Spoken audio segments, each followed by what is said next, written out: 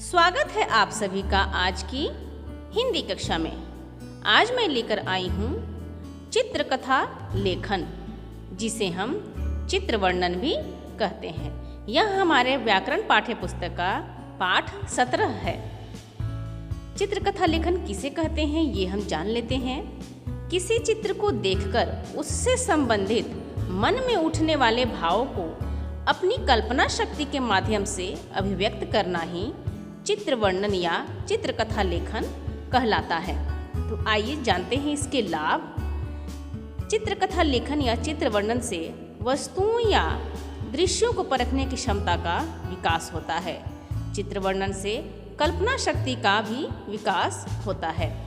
चित्र वर्णन से अपने विचारों को एक सूत्र में पिरोकर लिखने की प्रतिभा का भी विकास होता है।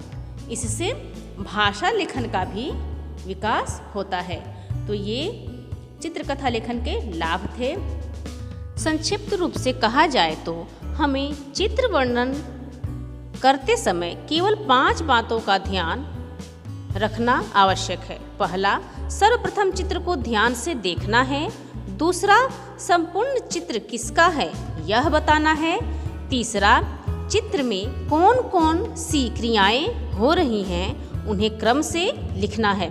चौथा, चित्र के माध्यम से कही जा रही बात को अपने शब्दों में समझाने का प्रयास करना है।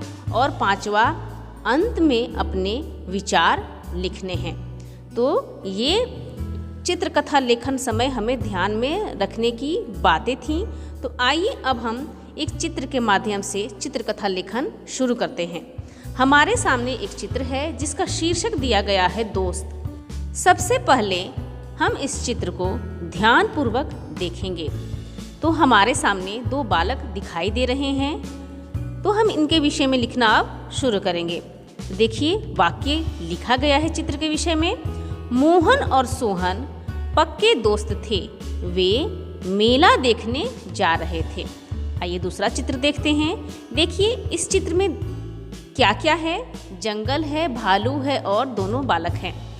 इसके लिए भी वाक्य लिखे गए हैं। इस चित्र के लिए, रास्ते में जंगल था, सामने से एक भालू आ रहा था।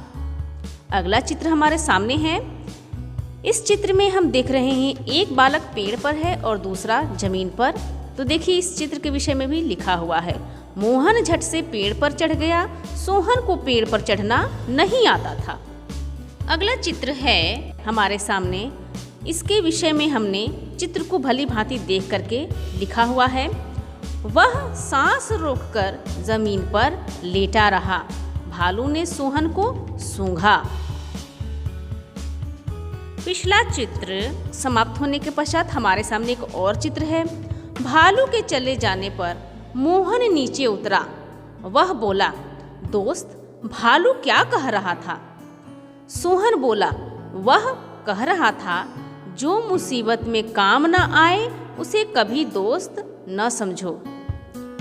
बच्चों, हमने सभी चित्रों को ध्यानपूर्वक देखा और हमने देखा कि उन चित्रों के विषय में भी यहाँ लिखा गया है जो एकदम सटीक है, उन चित्रों के अनुसार है। तो यह एक लघु कहानी थी हमारे सामने, जिसका सार है कि मित्र वही जो समय पर काम आए। इसी प्रकार हम किसी भी चित्र को देखकर, ध्यानपूर्वक देखकर, उसकी एक एक बातों को परखकर चित्र लेखन कर सकते हैं। तो आज के लिए बस इतना ही। इस वीडियो से आपने बहुत कुछ सीखा है। इसका प्रयोग करिए और चित्रकथा लेखन में आगे बढ़िए। धन्यवाद।